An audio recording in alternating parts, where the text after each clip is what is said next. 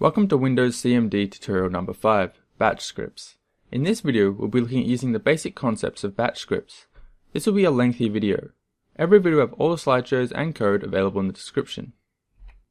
Batch scripts allow us to line up command after command to run in sequential order. However, we are given a few extra tools for repeating commands and making decisions.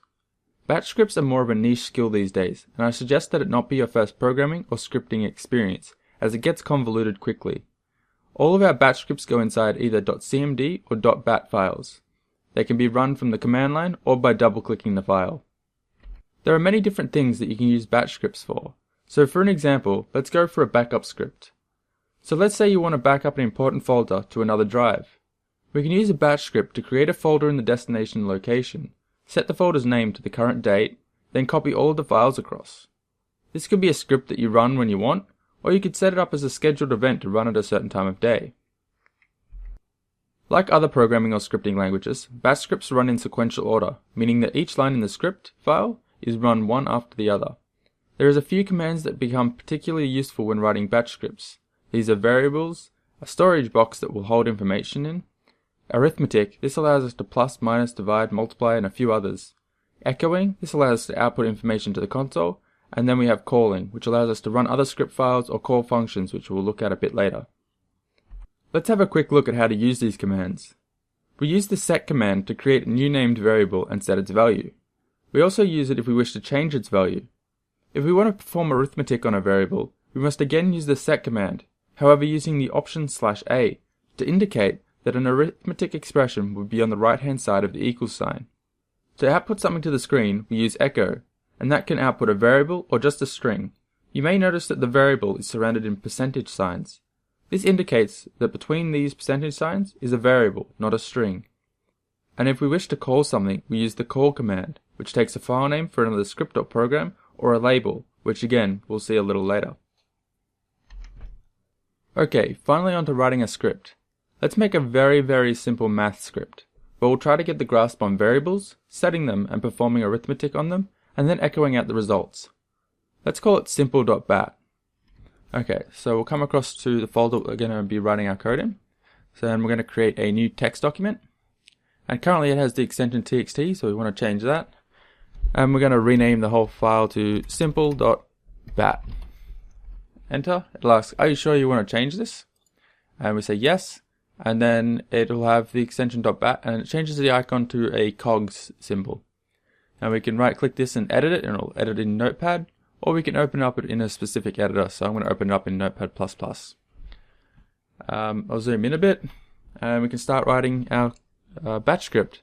So first thing we want to do is use the @ sign and do echo space off. And what this will do is it will make sure that all of the commands that we run won't echo it back out to us unless we specifically ask for it. Alright. Now the first thing we want to do is create our first variable. So we're going to use the set command, and we're going to call our first variable _var1. And this is going to be our first variable. And we're going to make that equal, let's say 5. Alright, now we'll go down to the next line, and we're going to create our second variable now. So we'll do set _var2. And we'll make that equal 6. Alright, now we'll echo both of them out. So to do that, we use the echo command. So echo, and we'll do var1 is. So this will echo out the string var1 is. And then to call our variable, we use %_var1%.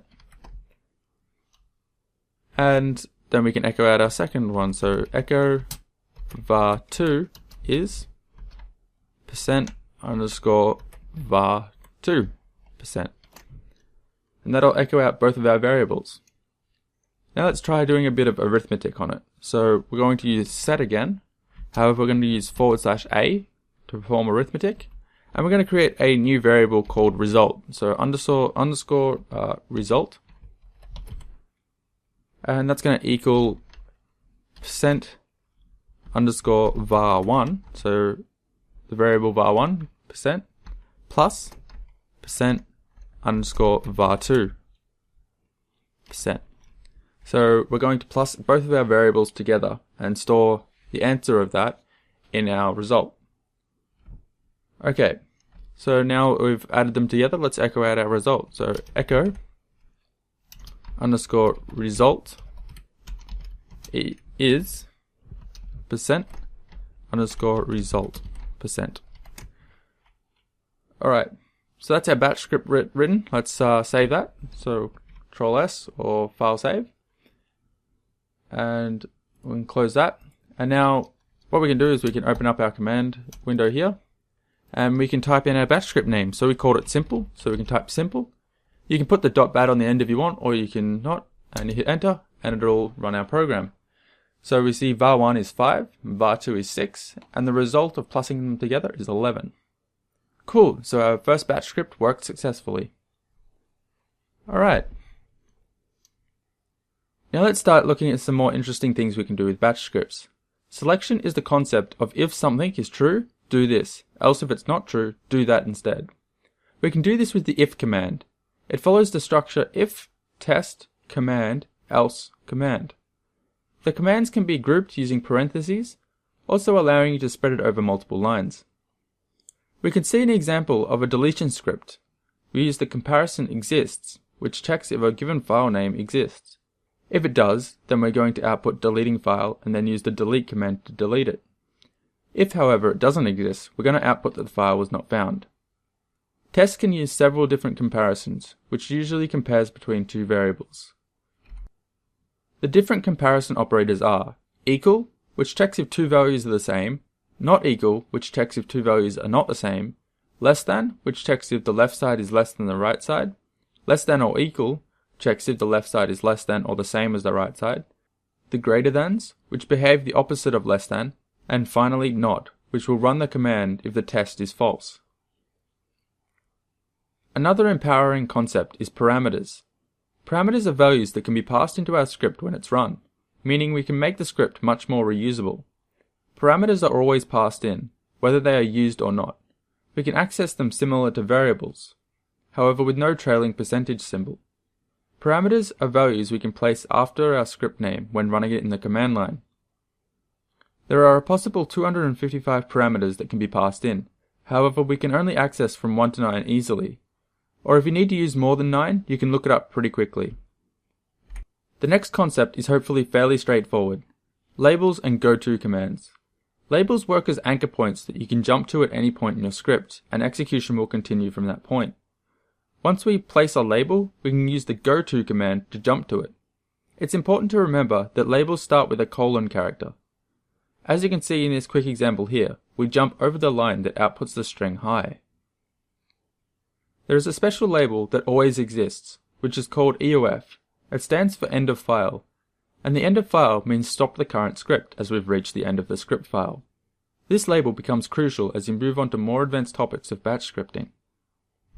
Alright, now that we've covered that chunk of information, let's write a simple multiplication script.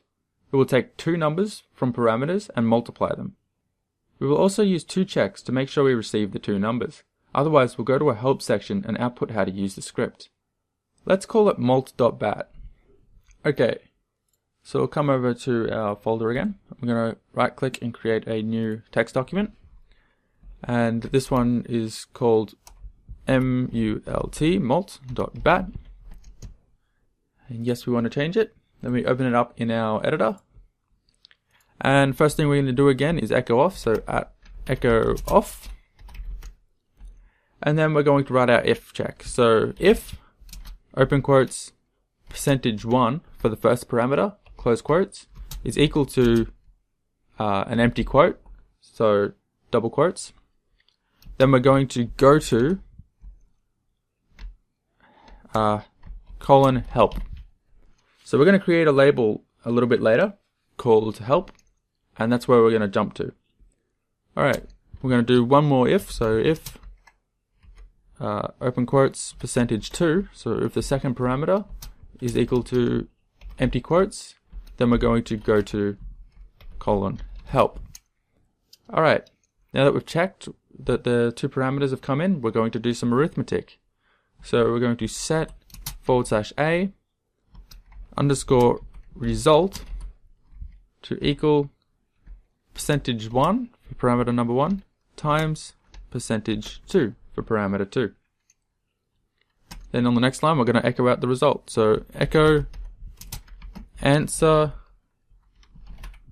is %_result %. So the variable result.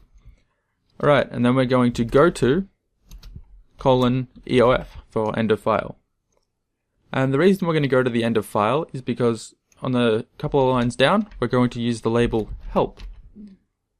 And the help label is going to echo out how to use the program. So echo usage : mult x space y for the two parameters. And then in brackets we'll just put what it does. So multiply x by y. And we'll close it off. Alright, so that's our script written. So we can save this. And we can close this down. And now we can come back to our command line and give it a shot. So if we just type mult, it'll go usage mult xy. And we can type in mult 3, 3. And we get the answer is 9. Or we could do 3 and 4. We get the answer is 12. And if we leave one of them off, then we get the usage again. Cool. So our program works successfully. Another important concept is repetition, otherwise known as looping.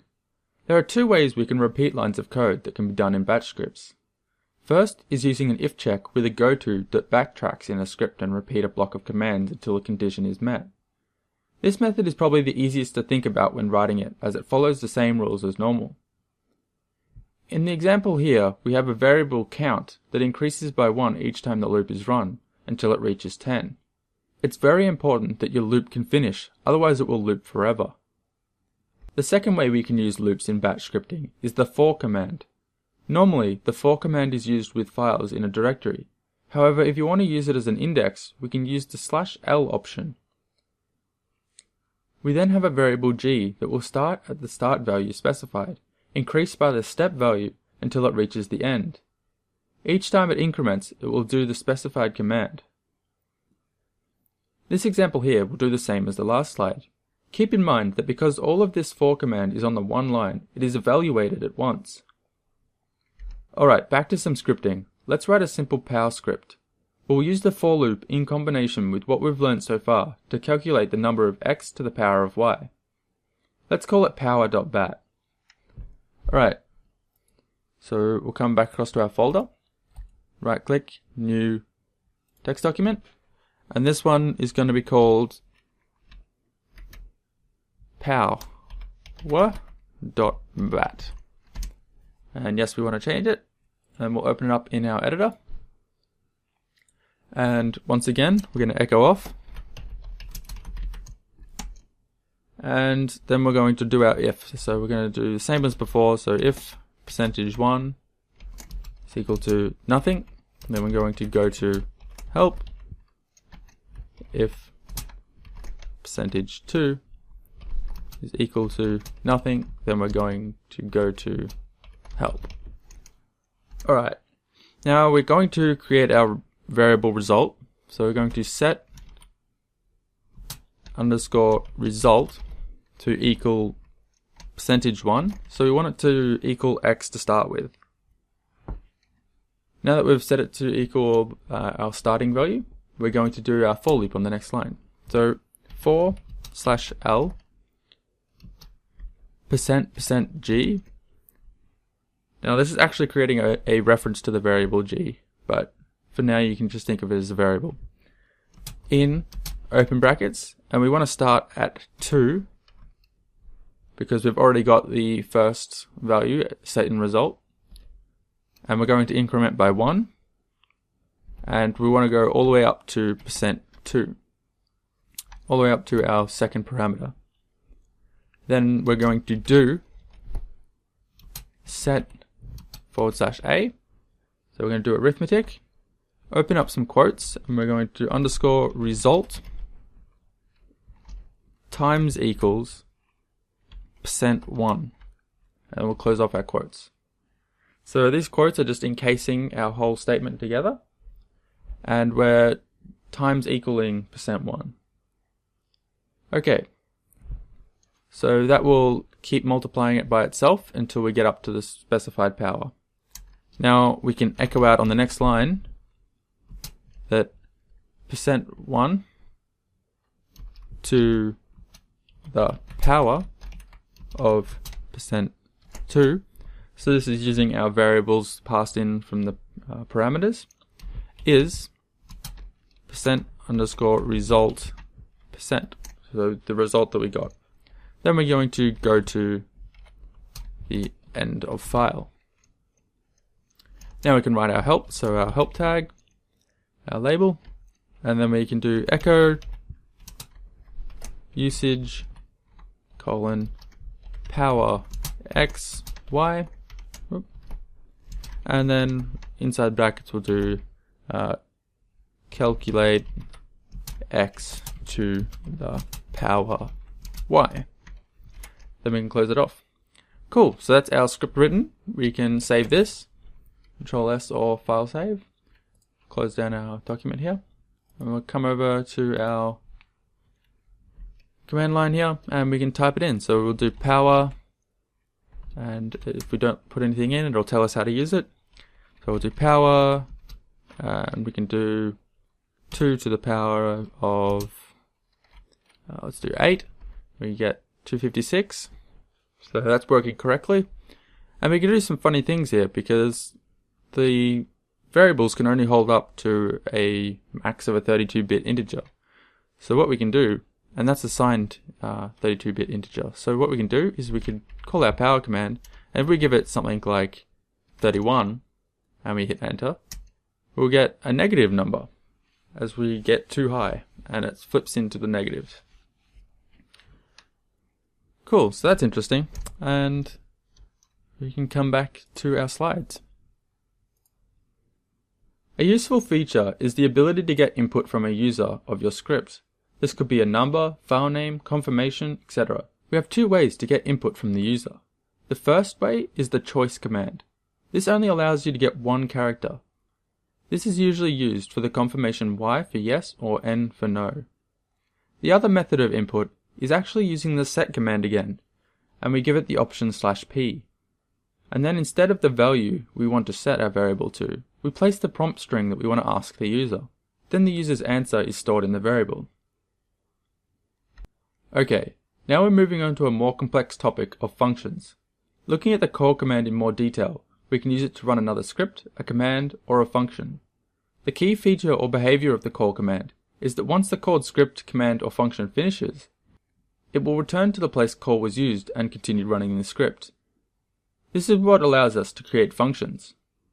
The call command technically creates a copy of the thing it's calling, so you can also pass in parameters after the call command. Now we know how to call functions, let's look at how we can go about putting them together. Functions are slightly faked in batch scripting. If you have ever learnt other programming languages, you'll be aware that functions can return results, have their own local variables, and can have parameters passed in. Each of these features we can get working using the tools we've been given. To create a function, we start with creating a label with our function name. setLocal and endLocal are very important for your function if you're working with any variables. These tell the command line to create a temporary storage of new space for variables. So we can see in this example we have 2 variables with the name num1. However, our num1 variable outside the function is actually a different variable to the one inside our function. endLocal tells the command line that we are done with the temporary storage and that it can be deleted. Because endLocal deletes our variables, it causes a lot of issues if we want to return values back. Luckily, using our knowledge that lines are evaluated at once, we can chain a command onto the endLocal command. The endLocal will destroy the space that has been storing the variables. However, because on that line there is also a reference to a variable inside the local space, it's currently being held onto to be evaluated before being deleted. From there, we can create a result variable and set it to our local variable's value. This can be really confusing, but I hope I'm being clear enough. Alright, let's see these new concepts in action. Let's create a simple function script to show how we can manipulate the path our execution takes through our scripts. Let's call it functions.bat. Okay, so come over and we'll create our new file. So, new text document. And we're going to call it functions.bat. bat. Yes, we want to change it. Open it up in our editor. And first thing we're going to do is we're going to echo off again. So echo off. Now we're going to get two numbers from the user. So we're going to use set/p for prompt underscore num1 equals number1 colon. So first number that they enter. Set/p underscore num2 equals number2. So we're going to ask them for number 1 and number 2. Now we're going to come down a few lines and we're going to create our functions. So we're going to do colon plus func. So we're going to call one of our functions plus. So plus func, and that's going to set local. And then we're going to set /a. So we're going to do some arithmetic. Underscore num1 equals %1 plus %2. So these are our parameters that we're going to pass into our plus function. So we're going to pass in a first number and a second number to plus together.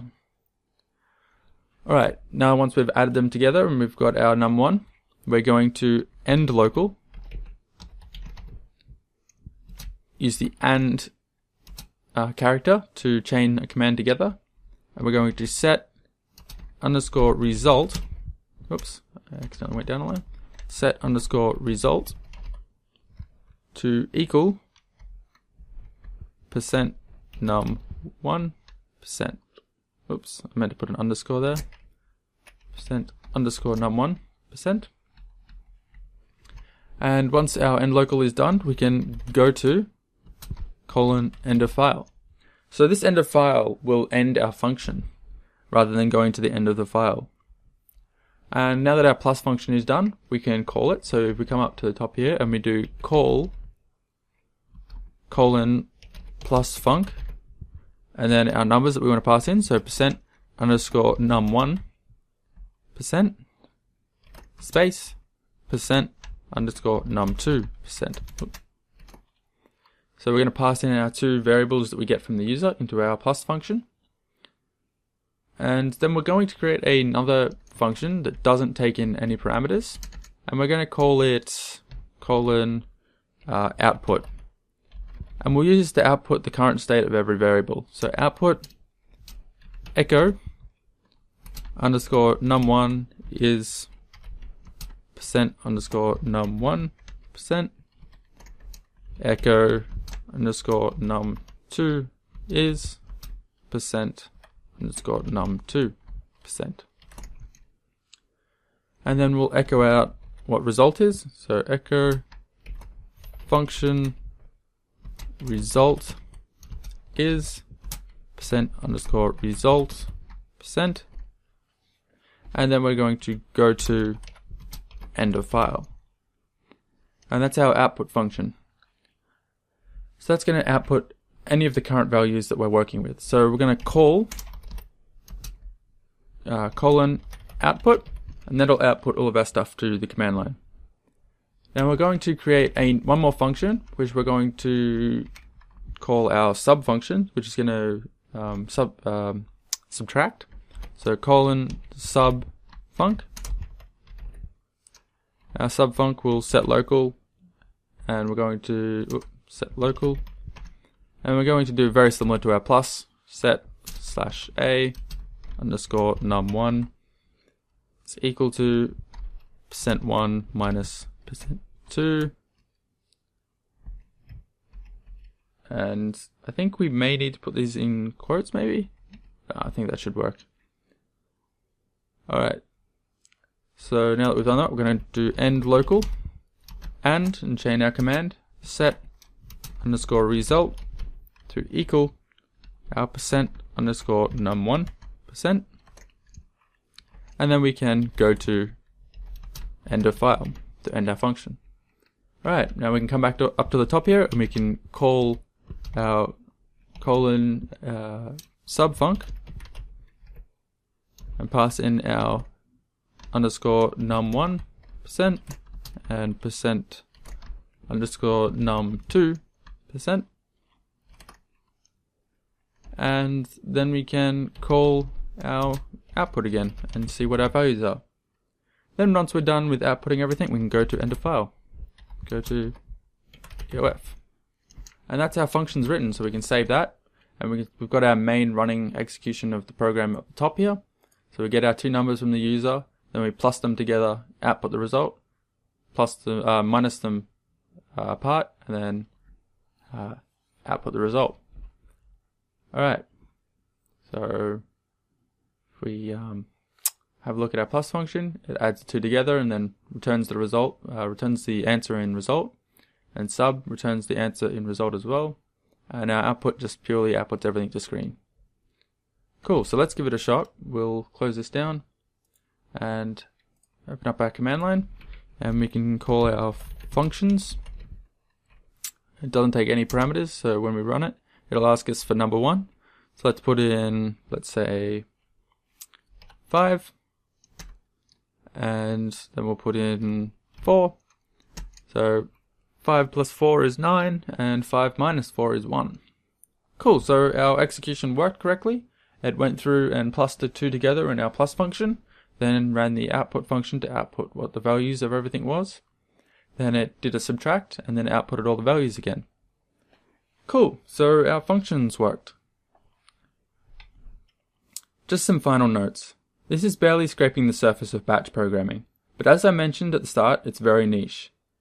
And your time could probably be better spent elsewhere, unless you have a specific need for more advanced knowledge. There is a really great feature called macros, in which you can assign a whole line of code to a variable, and then you can run that macro just by using the variable name.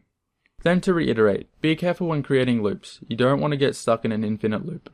Alright, finally we're done. I hope you found this series useful. There is plenty more to learn in batch programming, so I wish you good luck. If you have any questions, leave it in the comments and I'll try to answer it as best as possible. Don't forget to subscribe. Thanks for watching.